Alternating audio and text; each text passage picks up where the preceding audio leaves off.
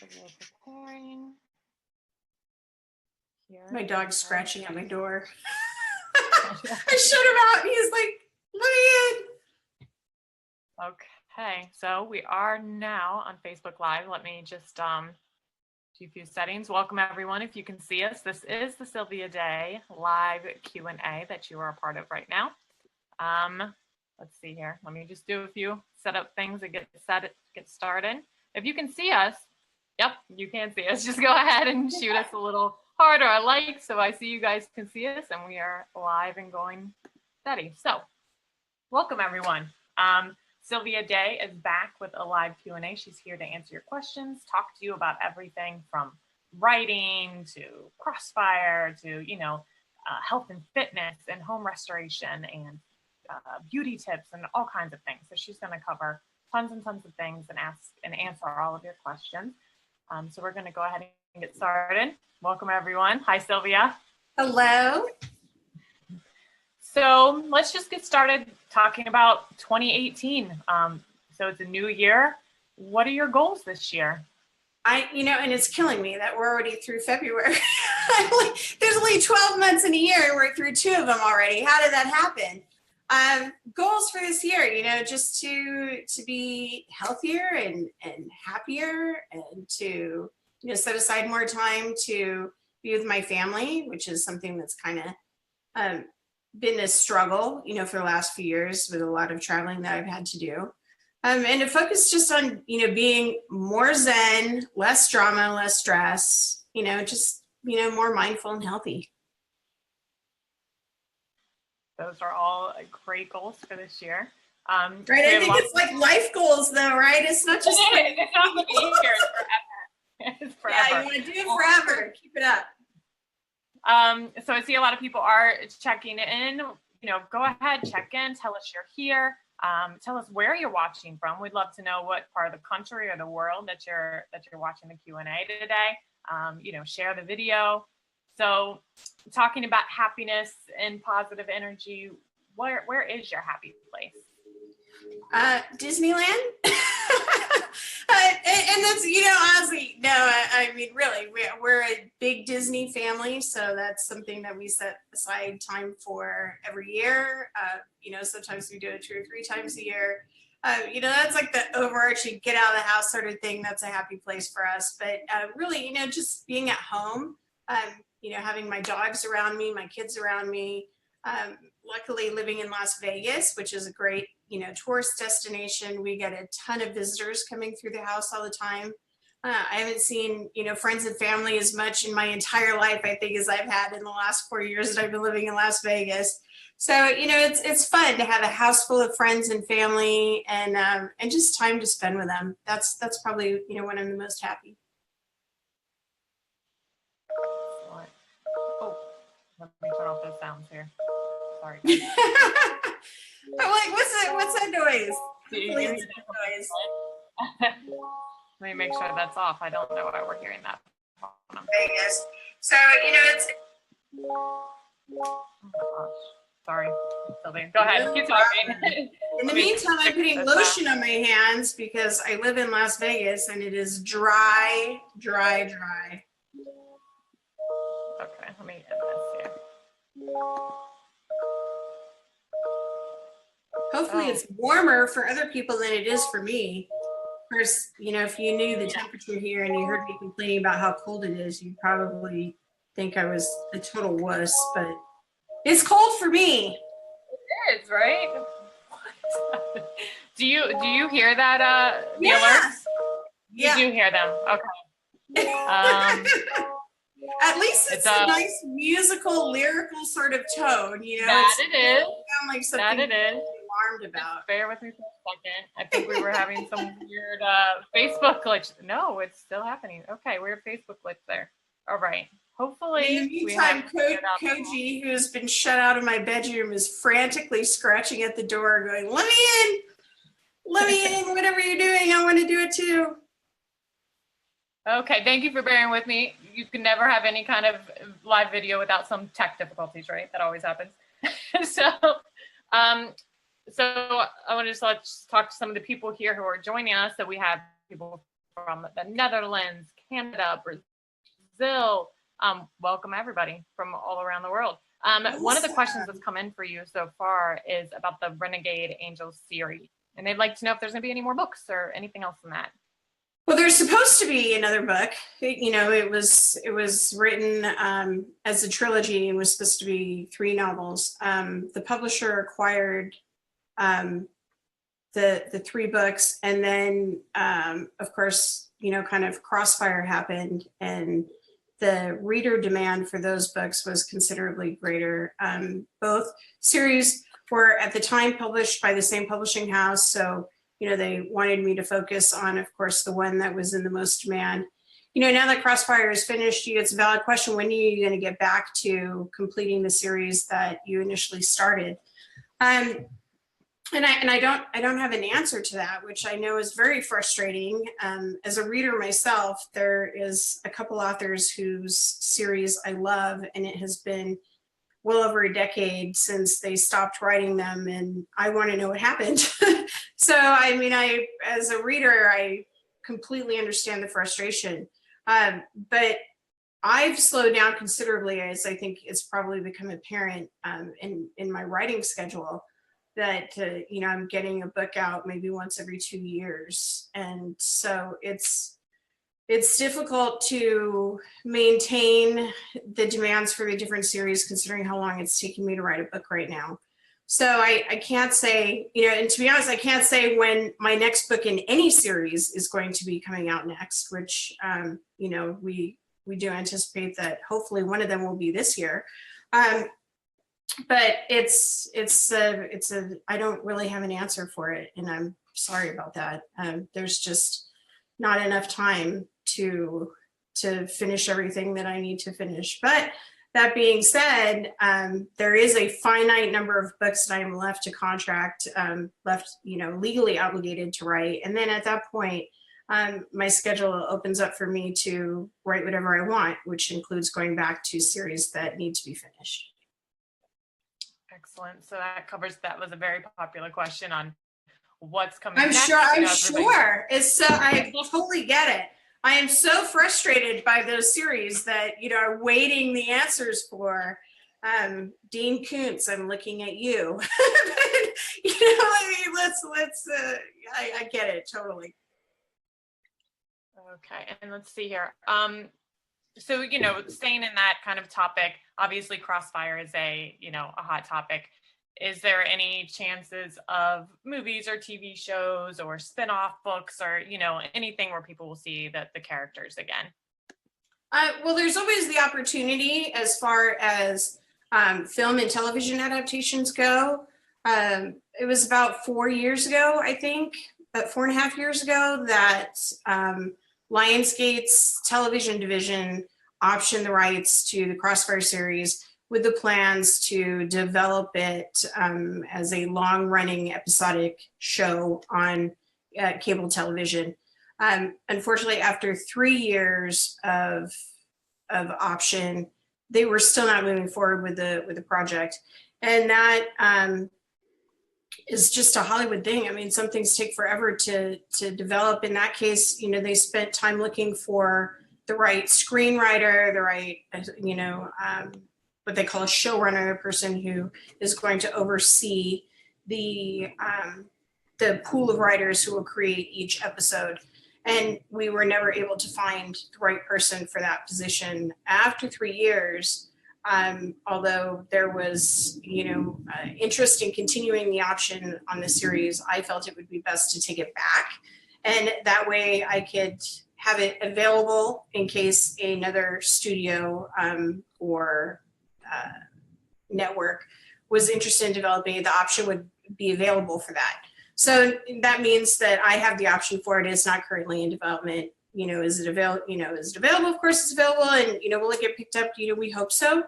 But as of right now, it's not being developed for film or television. As for continuing the series, the Crossfire series at this time is complete, and I don't see that changing. That said, the series that I have in development right now, which is the Blacklist series, and the series that follows that, which is Ireland series, Gideon's sister, of course. Gideon and Ava will be in both of those series, as well as the other cast of characters from Crossfire that we've come to know, because the worlds are all together. They're all existing in the same place and, conducting business with each other. Of course, in Ireland series, they'll be very, prominent. But, as for writing another book where they're the main characters, I don't see that happening at this time. Okay, so I know some Crossfire fans are, they were just very excited to see Ava and Gideon again. Now, and this, and that's one thing I can't say is we will definitely see them again. Well, that's good. I'm sure everybody's happy to hear that. Definitely see them again. And when we pick up with them again, it's a few years down the road. So, the question about, what are they doing now? What happens in their lives? Are they going to have children? What happened with Carrie's baby? That sort of thing. Those questions, of course, will be answered as we move forward with the other series, because we'll be able to see them in their lives in future points in time. I'm sure all the readers right now are cheering and squealing with joy over that, because they're excited, I think, to see what happens with them. Now, switching gears a little bit, Patricia says that Orange Theory is working for you and you look awesome. Oh, thank you. Can you tell us a little bit about this health and fitness journey that you're on, and tell us a little bit about it. Thanks. Well, I appreciate the compliment. It came down to the fact that I was not feeling 100%. I just was not, I didn't feel good.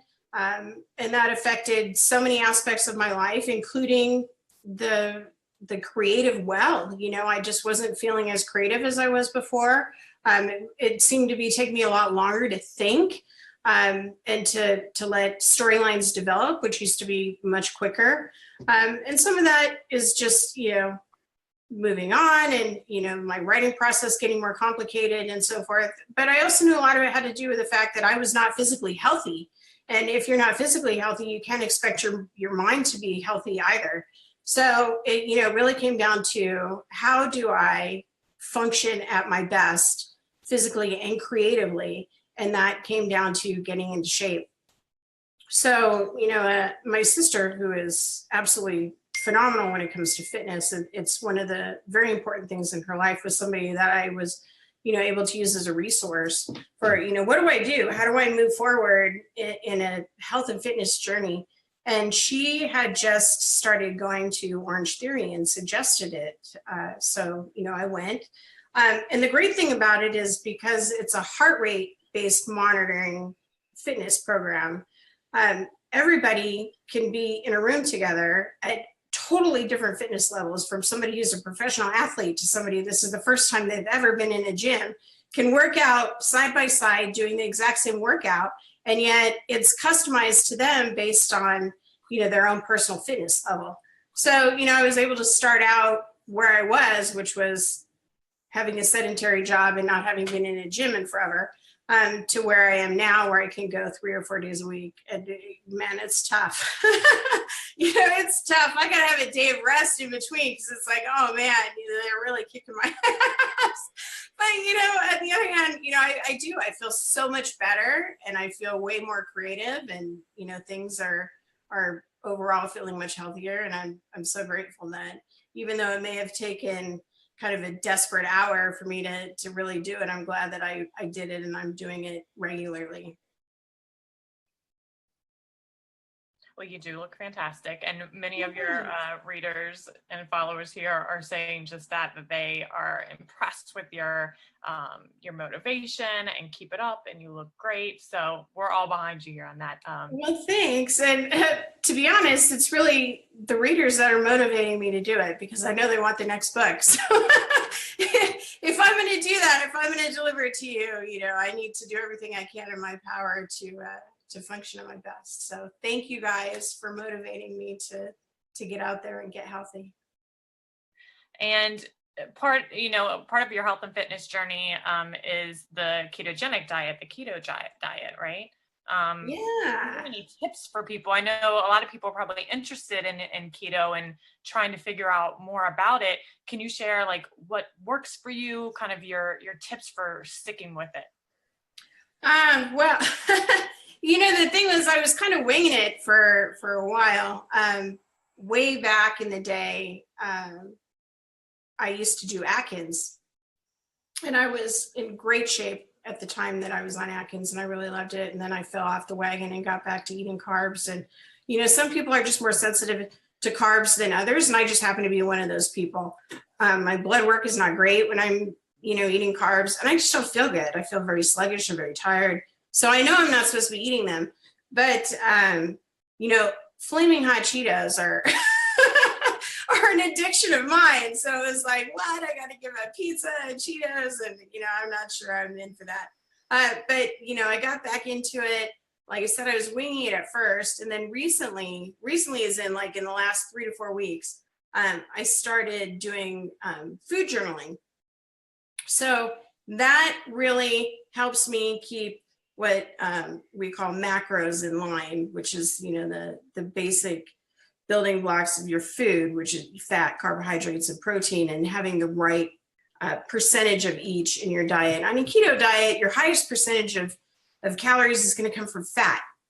And for a lot of people, that's a little bit of a touchy subject, because we've been on low-fat diets for so long. We've been taught for so long that fat is so bad for you. To have a diet where 70% of your calories are fat is, sometimes takes a little bit of discussion, but that's what I'm doing. It's 70% fat. It's 20%, 25% protein, and then, the very tiny sliver of carbs. And then I keep that in check by logging my food in MyFitnessPal, which there's a lot of different apps that you can use to, journal. But it was a huge difference for me to start journaling and seeing, when I wasn't eating enough and when I was eating too much. And that really helps keep me in line.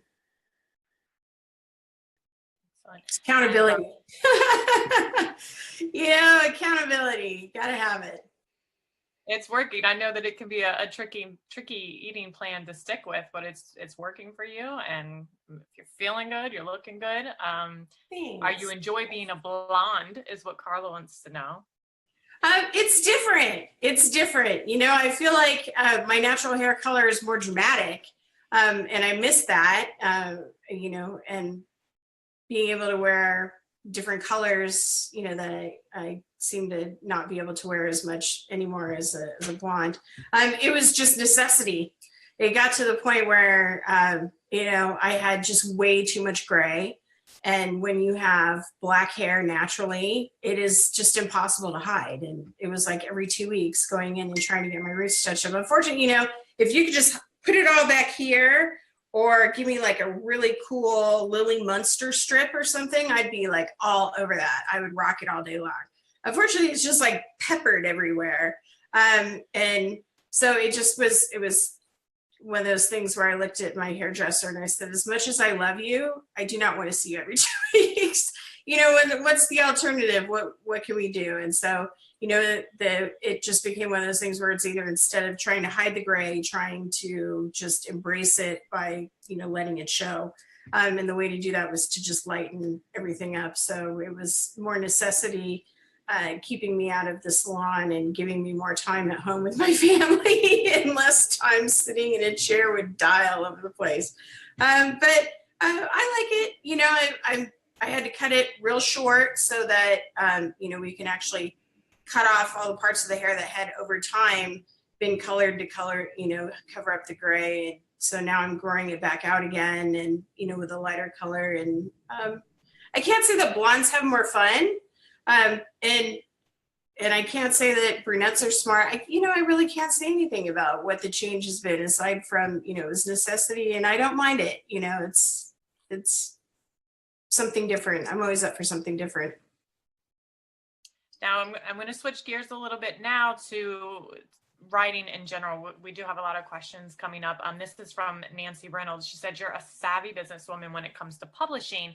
Any tips for writers in today's atmosphere? The power of the word no is something that I think that writers struggle with. And I think women really struggle with it. And there's a lot of different reasons why I think that is. One, it's extremely difficult to get anywhere. So, when you do gain a little bit of traction, even when something doesn't feel right, whether that's a contract or a publisher, editorial requests, whatever. I mean, we instinctively know when something does not feel right. And yet we're almost trained to just accept it and not say no. And we need to say no more often. No is a very powerful word. And the fact is, if somebody wants something enough, no just means step up your game. You got to be better. You got to bring something more to the table. You have to try harder. And, we need to be able to say that. Plus, if you say no to something that's not right, it leaves you open for the opportunity for something that is right. So, saying no is hugely important. Following your gut, listening to that, it will always steer you in the right direction. We kind of hear a lot, about, oh, I'm grateful. You should be grateful for opportunities, and you should be humbled by, success and so forth. And there is a component of both of those things that, you need to have, or else you become, this egotistical monster. You don't want to be that person. But on the other hand, when you're successful as a writer, it's not just because somebody did you a favor. Somebody did you the great favor of publishing your book, or, some editor was, great enough to give you an opportunity. I mean, those things come into play. But then on the other hand, you did something really good. You wrote something that's worthwhile, that has value. And you, as the creator, have to value it as much as somebody else will. And I think that's the most important thing that we can do as writers in furthering our careers, is to respect the fact that we have created something that has value, and then to demand that people recognize the value of it. That is excellent advice for anyone in this career path. Now, Wendy asks, I've seen other authors speak about making sure that they carve out time to write every day and keeping up with their momentum. Do you do that as well? And when you write, do your characters speak to you? My characters do speak to me, yes. And when I write because they're telling me what to write.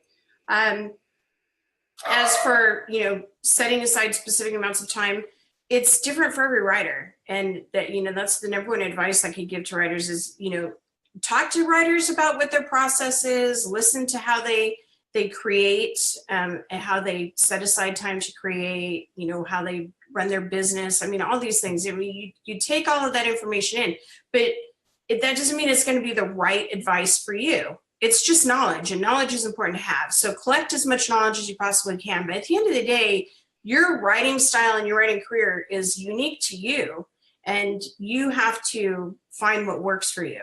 So for me, setting aside a specific, some people say, well, I write from 9 to 11 every day, and then I have lunch, and then maybe I'll hit it up again from 3 to 4. That doesn't work for me. But it may work for you. So try it, see if it works for you. And if it does, great. If it doesn't, don't feel as if you failed in some way. For me, writing is a very organic process. It comes in fits and spurts. So I can go for a length of time and not accomplish much, and find that I need to spend time out. I need to have lunch with friends. I need to go to the movies. I need to read a book. I need to, do all of these things that help build inspiration. And then when I sit down to write, I can spend 4 or 5 days doing nothing but writing. And I mean, that's where you're forgetting to eat, where when you have to get up and run to the restroom, you're frustrated because it's like, yeah, I'm in the middle of something. This is like so inconvenient. And that's what works for me. It's very organic process, and I've learned to accept it. And that leads me to not spend time forcing words on a page, to meet a specific daily word count, or to meet a specific amount of time at the computer, because those forced words for me are words that end up getting discarded because they don't have any soul. They're not coming from an authentic place, and it becomes very obvious that, well, she had to write 1,000 words today, and those were 1,000 words. So, I don't do it that way, but, everybody's different. And Brittany asks if you have any advice for authors who are afraid of failure.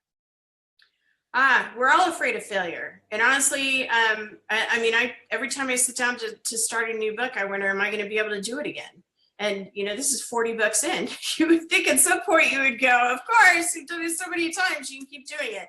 No, you know, every time you sit down, you go, I don't know, can I do it again? Am I going to be able to get from this page to the end? Is it going to be any good? Is it going to be better than the last book I wrote?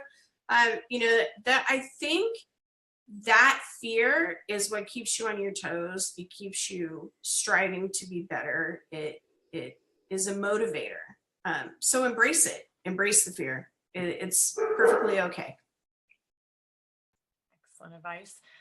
For those who are just joining us, this video is being recorded, so you can go back and watch it if you missed all of the goodies in the beginning about talking about you know, what Sylvia is currently working on. You can also go to sylviaday.com and find a lot of her updates there and ways to follow her, sign up for her newsletter, which will keep you updated as well. So as we move forward, another question is, I've always wanted to write a book, but I don't know where to begin. You've given a lot of good advice for writers, but how about for that first time writer who is just now embarking on that journey? Well, I think sometimes the beginning is very intimidating. And so my advice is to go ahead and pick up from the middle or pick up from the end. There's clearly something, some scene, some conflict, some interaction, some level of drama that is inspiring you to want to write an entire book around that one thing. So just write that one thing. A lot of times I'll start a book with a scene that falls toward the end or somewhere in the middle. And sometimes I'll write that first scene and it never makes it in the book at all. It's just something that acquaints me with the story and the characters. And then, you know, I keep that off to the side because in the process of typing out the words, of spending that time talking to them, I come to understand them a bit more, and that leads me to being able to start at the beginning. So if the beginning is intimidating, start at the end, start in the middle. You just have to start. It's really what it is. Just start, exactly. Lupita and Michelle kind of have a similar question. Do you have a favorite author these days, or are there certain books that you're into right now? Right now I'm reading a lot of, I guess, psychological fiction, I guess is what you would call it. So I'm working on finishing up a book called Hidden Bodies, which is the second book in a series that started with you. I'm not sure how to pronounce. The first name is Carolyn. The last name, I'm not sure how to pronounce the last name. Kepnes, maybe. I'm probably saying that wrong. I've discovered that I can mispronounce pretty much anything, and names are really are really troubling for me. I could screw up anybody's name. I was on a Leanne Moriarty kick, and so I have The Husband's Secret, which is up next, and I'm looking forward to reading that. But yeah, I'm really into books right now with tortured introspection. I find it very fascinating. And Wendy would like to know, how do you find the balance with everything that you have going on in your life between writing and traveling and then also spending time with your kids? Like, how are you managing to balance it all? I don't. I wish I did, and I wish I had an answer for how to balance everything, and I really don't have an answer for that. I just try, you know, I may wake up one day and say, today I am spending the entire day with my kids. Those are fun days for me. My kids usually are like, oh, great. We gotta spend all day with mom. But no, it is, so it's pretty much, I take it day by day. You know, today I've got a to-do list of work things that I need to get caught up on, and you know, I'm going to do all of those things today. And then the next day I get up, and today's the day where I've made appointments. You know, I'm going to be running around outside all day, you know, getting all my appointments done. So that it's pretty much just one day at a time. Try to get through and make sure that everybody gets what it is that they need. And, you know, my family is now well trained that if they really need me for something and I'm not giving them 100% of my attention, they need to just look at me and go, Mom, you suck right now. I'm trying to tell you something, you're not really listening. And then it's like, I know to drop everything and go, okay, what is it? Just let me know. So getting your family to adapt and be able to, snap their fingers and get your focus, and then, setting to-do lists and not being too hard on yourself. Really, I think we're really, really hard on ourselves. We give ourselves so many things to accomplish, and then when we don't get them done, we feel as if we failed in some way, and you really cannot do that to yourself. Just take it one day at a time. Yes, and Mariso, do you write at home, or do you feel like you need to go somewhere? Do you have like a retreat where you need to go, or is all your writing done at your house? Well, if I'm on the road, obviously I have to write on the road. I write in planes, I've written in cars. That took me a little bit getting used to, because I used to get car sick. So to like work around that. My favorite place to write is at home. Some people can write with a lot of noise. Some people need a lot of noise. Some people need music.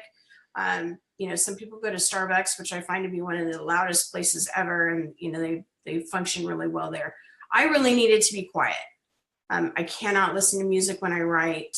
I can't have like the television on or anything else like that. I just want, part of my mind is listening to the lyrics or to the dialogue, and nothing gets done. So I need quiet, and I find that mostly at home. Plus interruptions to get something to drink or get something to eat or whatever. Outside of the house is pretty difficult. And now, one thing that has worked for me in the past is being in a hotel room. And having room service, and oh my God, I was in New Orleans once, and I was in a hotel, and I was trying to get a book done, and the second day of ordering room service, the same gal came in. She's picking up my breakfast tray and dropping off the dinner tray, and she goes, "Honey, are you okay?" Are you okay? And I'm like, yes, I'm totally fine. I'm trying to get a book done or whatever. But she was really concerned, because it's like, wow, you're in the city, you're not getting out. What are you doing? And it's like, well, I'm getting writing done, because it was quiet. My phone was off. Nobody could reach me. I could get things done. So isolation is really important. But the way my house is laid out, I can be fairly isolated at home and manage to get a great deal of work done. Nice. And have you ever considered other genres than romance? Oh yeah, absolutely. Yep. Yeah. Fantasy, horror. I find that the greatest stakes in any novel, and not just mine, but in other people's novels, oftentimes, if you look at it, will have a thread of a love story in it, because the greatest stakes for anyone is the sacrifices we make simply because we love somebody enough to make a sacrifice for them. That to me is true heroism. And so that inevitably becomes a driving force in any book that I write. And, I just love it. So even though I've considered writing other genres, and I certainly enjoy reading other genres, I actually read outside of romance more than I read within it. I don't think that I would ever stop writing romance to write something that didn't have a very strong romantic thread in it. And let's see, from pardon me if I pronounce this wrong, Francisca. Where did you get your inspiration for Crossfire and such a delicate topic? Well, the inspiration for the Crossfire series was another novel that I wrote, which was called 7 Years to Sin. It's got different titles in different countries. So if anybody is outside the United States and wants to know if 7 Years to Sin is published in their country and their language, that information is available on my website. We list all of the different titles and so forth. 7 Years to Sin is an historical romance that featured a couple. Both of them were survivors of child abuse, and how that impacted them as adults and how that affected their relationship. Now, in 7 Years to Sin, I got 3/4 of the way through the book, and the deadline for it was rapidly approaching, when, in the course of doing research on the ramifications of child abuse in adult survivors and relationships, I realized that I had actually written the book incorrectly to a certain extent. I mean, I'm sure for some couples, it's very much like Jessica and Alistair in 7 Years to Sin, in which the joint history enables them to understand each other better, create this sense of affinity, and help the relationship flourish. I'm sure that has been the case for some people. However, the majority of people who come from an abusive background like that have a very difficult time having a relationship, because there are certain things that the other person in the relationship will do that will negatively trigger that individual and cause them to push them away. It creates, sort of like two magnets that just kind of push each other apart constantly. So I realized that I wanted to write that story. I wanted to rewrite the story where I explored that dynamic better. And I couldn't do it with 7 Years to Sin. One, the relationship between Jessica and Alistair was just the way it was supposed to be. And it would not have been fair to them to change the dynamic of their relationship when it worked for them. And I was 3/4 of the way through the novel, and I had a deadline coming up, and it was just finish this book and then turn your attention to taking that dynamic and exploring it in a different story where it makes sense. So those people who read 7 Years to Sin and then read Bared to You will actually see some similarities between the two, because initially Jessica and Alistair were still in my head. So Gideon and Ava were very much like these two. And then, of course, they became their own individuals and told their own stories. And of course, Crossfire is based in present day, and 7 Years to Sin is a historical. So there are, certain differences like cars and horses, but that's really where Crossfire started. And initially it was supposed to be 2 novels. It was supposed to be, the first book was going to be Ava's story, and the second book was going to be Gideon's story. And then as I got to the end of the first book and realized that I had only covered maybe half of what I had envisioned writing for Ava, I knew that I was going to have to extend the series further along to encompass everything that I wanted to tell in that story. Let's see here. We have a lot of questions. Your internet connection is unstable. That was awesome. It's my life story. Okay. Let's see here. There's so many coming in. One of them is from Jamie. How do you feel about your books helping with people with mental illness? She says, your book helps me zone out when my brain runs a million miles. Thank you. Well, thank you. I appreciate that. And I understand what that feels like, because I'm a reader myself, and there are books that take me outside of myself, outside of my head, outside of my life.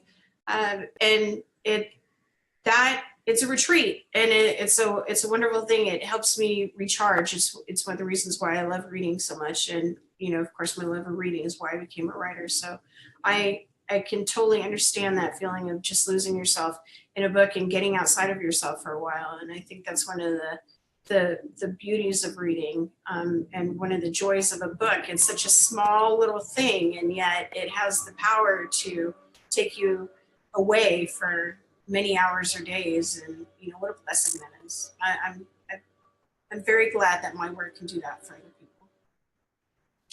And Tammy says, talking about the same things, that your books, you're not afraid to write about these topics that are sometimes hard to talk about in the real world. How do you feel when you're writing them? And do you have plans to, write about these kind of topics, or hard to talk about topics again in the future?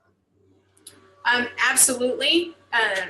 Because one of the main things when I sit down to write a novel is I want there to be a love story for everybody. I want everybody, despite whatever your background may be, and perhaps because of what your background is, that there's a love story for you. There's somebody whose experience is similar to yours, and you can read it and find an affinity with that character and see possibilities for yourself through that character that maybe you would not be able to see on your own.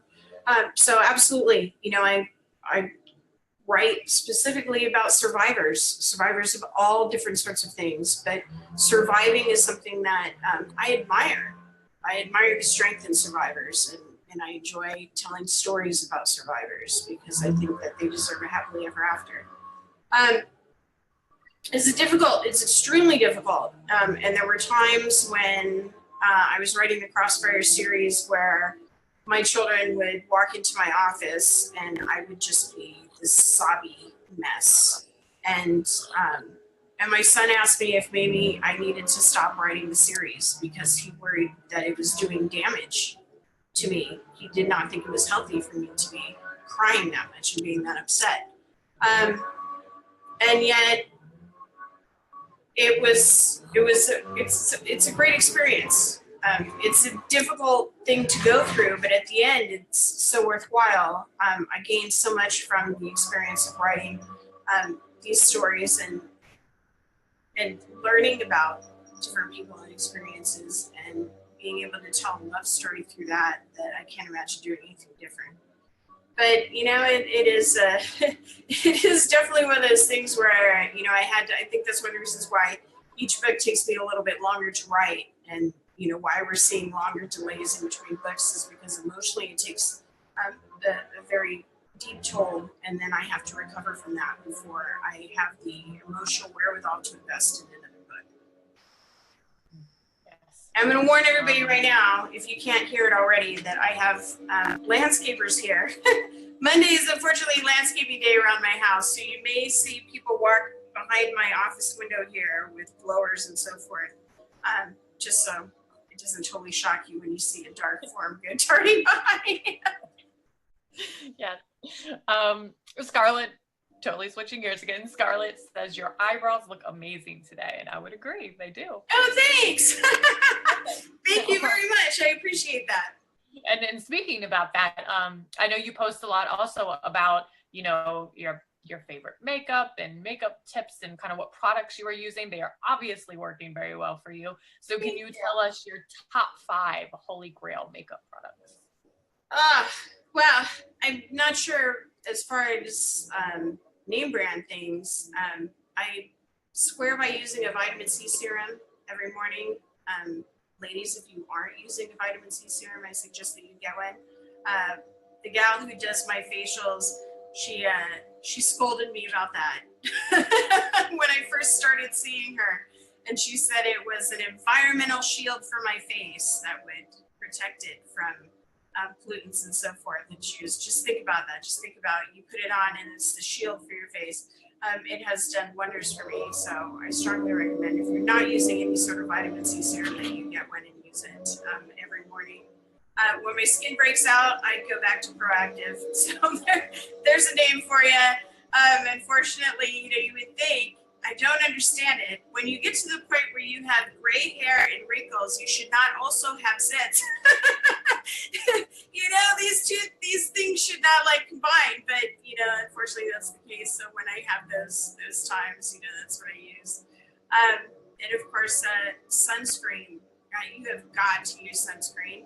I don't recommend chemical sunscreen, so please look at your beauty products and make sure that you're not using beauty products that have chemical sunscreens in them. One, you don't want to put the chemicals on your face. Like, there he is. You don't want to put the chemicals on your face. And 2, they only last for 2 hours. So obviously you're not going to reapply your makeup every 2 hours when you get out and about. You want it to last all day long. So try to find a physical sunscreen, something that's zinc in it. Keep your face from sustaining any sun damage. Moisturizer. Of course, right now I'm using something called Tula, which is a probiotic moisturizer.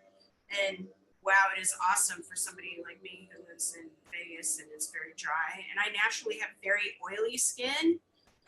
And yet I have to moisturize or else, it's just not a great thing. And It Cosmetics. It Cosmetics is awesome. Their CC cream is pretty much my everyday. And it has that physical sunscreen in it so you can get 2 birds knocked out with 1 stone. Can't recommend that enough. I did not know about the vitamin C serum, so I'm going to run out and get that. Don't think I've ever heard of that before, so I'm going to try that one. Oh yeah, it's awesome. So back to some writing things here.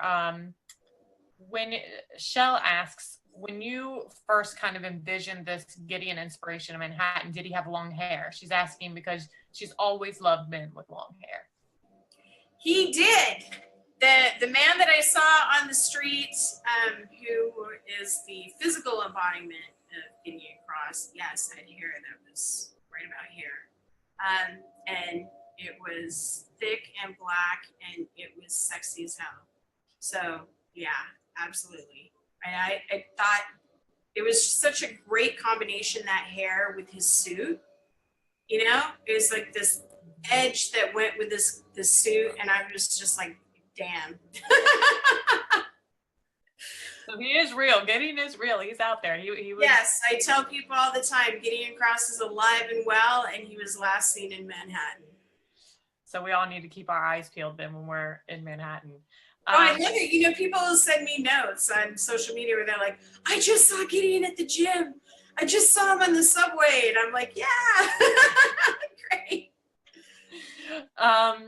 Rodika, hopefully, again, I pronounced that properly. How do you interact with your fictional characters? Do you create an environment where you're in charge of the dynamic between the characters? Or do you prefer to kind of let them tell the story and you just assist along the way? Yeah, I cannot get involved. I call it author intrusion when I try to get the story to go in the direction that I wanted it to go, or I anticipated it going when I started. And anytime that I've hit writer's block, it inevitably comes because I intruded. I went in there and I tried to make the story, tried to steer the story in the direction I thought it should go. And at that point, it just completely derails. I kind of liken it to filming a movie or a TV show where you have the actor that storms off to his trailer and won't come back out until you rewrite the script. That's what happens to me, is the character just stops talking to me. And then at that point, I'm just looking at a blinking cursor and I've got nowhere to go.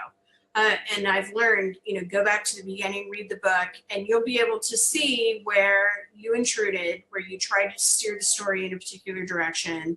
And that's where everything kind of went off the rails. Now, that's the process that works for me. I do have other writer friends who say they are absolutely in control of every single thing that happens in the book from beginning to end. So again, this goes back to what I said earlier about everybody needs to find the process that works best for them, and nobody's process is going to work as well for you as it does for them. You have to find your own way. And my way is really just listening to the characters and following along. So, I do spend a lot of time shouting at my characters.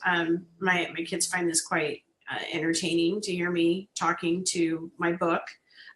But yet, things happen and I'm totally shocked that they happened. And yet that's what keeps me entertained when I'm writing a book. For me, as I'm watching the words, on the screen, it's like reading a book.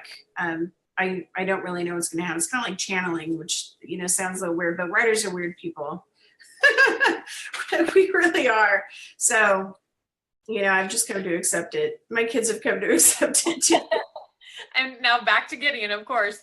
Can you tell people where exactly in Manhattan you found Gideon? Like, where were you?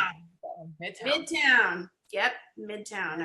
Everybody rushed to Midtown. That's where Gideon I was walking down the street and he came stepping out of a building and wow. So we know there was a real physical person that inspired Gideon. How about Ava? Was there, is there someone who inspired that character? Ava was inspired by Jessica from 7 Years to Sin, and she sprung fully formed. So she just came as she was, and so you'll see a lot of similarities between those two characters before Ava kind of took over and became the voice and became a person of her own right. But she was based on Jessica. For the most part, the situation with Gideon was very unique. In that I saw the gentleman on the street and he struck me and stayed with me. So when I sat down to write the Crossfire series 3 years later, he was what I envisioned in my head. that's very unusual. Most of the time when I write a character, they don't look like anybody else. So, when people ask me, oh, who does this, look at, and they want, an actor or a model or somebody, known that they can look at to get a picture of, it's very hard for me to find somebody that fits the description because my characters in my head don't look like anybody that I know or have seen. And now afterburn and aftershock. So questions are coming in there about the, the process of book to screen and the actors. And can you talk a little bit about that? Well, I don't know. That was just the one experience. Unfortunately, with the Crossfire series, we never got to a script because we were looking for, somebody to write it. So it's interesting to see what doesn't make it into a script, because obviously, you're taking a book that's 300 to 400 pages and you're getting a script that's maybe 100 pages. So, and there's a lot of white space in a script. A lot of that is because, of course, we're not describing things to the detail as far as like clothing and what the room looks like and so forth. And a lot of that detail makes it into a book. And in the script that happens with people outside, the different members of the production team, that put that sort of thing together. So, but there are things that naturally just don't make it in, as we've all seen, when we see a movie or a TV show based on a book, unless it's a long running series like The Alienist, then, you have the opportunity to really, explore a lot of those different things. But, in a limited format, you lose some things by nature, and yet you can still keep the core of the story, the core of the characters and so forth, and move forward. It's interesting to take something, that was 100% yours and then turn it over to somebody else, and then they want to make part of that theirs. That's natural, and it happens to every book, TV show. It's a unique experience for a writer to have that happen. But it's also fun too to see something that once existed only in your head now exists in a different medium, for people to kind of get a glimpse of what it is that you were thinking of at the time that you wrote the book. Hopefully, you have an adaptation that's true enough to where you can say that. Okay, so we're almost out of time here, so we'll try to get to a few more questions of your questions here for Sylvia. Lola says, do you have a moment when you're while writing to slay a scene and you jump for joy because you're so excited because you had just reached a brief wall and you finally made that breakthrough? What does that feel like? Honestly, and I was just talking to a writer friend of mine at lunch about this last week. It's difficult to explain to people who aren't writers, but the reason why we continue to write books, even though it is so difficult and takes so much out of you, is because there are those moments in the writing process that are absolutely euphoric. They're like nothing else, where you're just high on just the excitement of the story and what's happening, and even in the way that you wrote a sentence. I mean, every writer at some point looks at something they wrote and went, damn, that's good. And there's a great feeling that comes with that. Of course, most of the time you end up looking at it going, oh, this is horrible. But, there are those moments where you look at it and you go, you know what, this is really good. I can't believe, I did that, or, it's coming out like this. And, absolutely euphoria at points in the writing process. And that is what drives us forward to write the next book. And that's why you slog through all those days and weeks and sometimes months of self-doubt and confusion and all the other horrible experiences that you have in the process of writing a book. It's because eventually you're going to get to that moment of euphoria and it's going to be worth it. So it's almost like being a junkie of a different sort. Let's see if we can fit a couple more in here. Is there a scene in your book, in any of your books, that you'd love to see in person, that you'd want to live in real life? That's from Tammy. Yes, absolutely. I would love to be in Bryant Park at the time that Ava and Gideon have a huge fight. I would love to be there sitting at one of those bistro tables and watch that happen. I would absolutely be the one that pulls up their phone and records it and puts it on YouTube. Okay, so Almost time. Let me try to get a couple more of your questions here. I know a couple were about if there's any tools you use when you're writing, and I think in specifics of, is there a certain program you use? Do you prefer Mac over PC? What's your writing process like in that regard? Definitely Mac over PC. We are a Apple household. Absolutely. From Apple TVs to our iPads, iPhones, because everything's interconnected. And I could never go back to using a PC after using a Mac for as many years as I have. I just love it. As far as writing tools, I have this thing right here in front of my desk. You can see my little frame. This is Michael Haig's 6-stage plot structure. I keep that right here, and I look at it quite often. If you haven't heard of Michael Haig, I strongly recommend you look it up. He is he lectures on screenwriting, but he knows how to put a story together, and he had concrete things that I can look at and use as tools in my writing. So I keep him front and center, and it keeps me on track. I used to have my flaming hot Cheetos as a tool, but they are no more. So now I've switched to like pumpkin seeds and nuts, and they're still good, and I like them, and I feel much better after I eat them. So that is what is important, right? So I think it's about time to wrap up. Before we go, I wanted to let people know how they can, keep in touch with you and follow what's going on. So they have Facebook, which they're all watching right now, but there are a lot of other ways for people to kind of keep up with what's going on in your life. What are the best ways for them to stay updated on everything Sylvia Day? Well, one thing, if you are on multiple social media channels, if you also use Twitter, if you use Instagram, if you use Snapchat, all of my channels have unique personalities. So if you're following me on Facebook, there are things that are on Twitter that we are not posting on Facebook that you're not seeing. There are things that are on Instagram that we don't post on Twitter or Facebook that you're not seeing. So you can absolutely follow me on multiple social media channels and then get like a more well-rounded picture of what's happening in my life and the things that we're working on and are interested in and so forth. My website, I cannot recommend that enough. A lot of questions that you have are answered on the FAQs on my website, sylviaday.com. There's also 2 ways to subscribe. You can subscribe to site news, which is where every time we update the site with information, you immediately get something in your inbox. And then we also have the newsletter, which we only send out when we have really big news, like a release date announcement, release day of release announcement, that sort of thing. We also have text message sign up. You can sign up to get text message alerts for important things.